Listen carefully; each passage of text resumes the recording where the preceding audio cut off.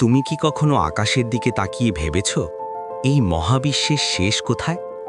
আমরা যে আকাশ দেখি তার বাইরে আছে কোটি কোটি তারা, কিন্তু প্রশ্ন হলো এই সব কিছু শেষ কোথায়?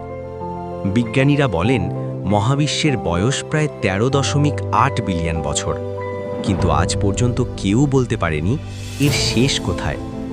আমরা যত শক্তিশালী টেলিস্কোপ বানাই তত নতুন গ্যালাক্সি খুঁজে পাই, মানে মহাবিশ্ব আমাদের ধারণার থেকেও অনেক বড়।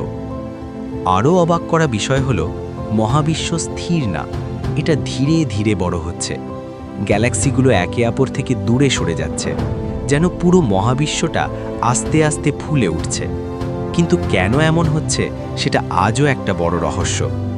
তাহলে প্রশ্নটা থেকেই যায়, মহাবিশ্ব কি সত্যি অসীম, নাকি এর শেষ কোথাও লুকিয়ে আছে যেটা আমরা এখনো খুঁজে পাইনি?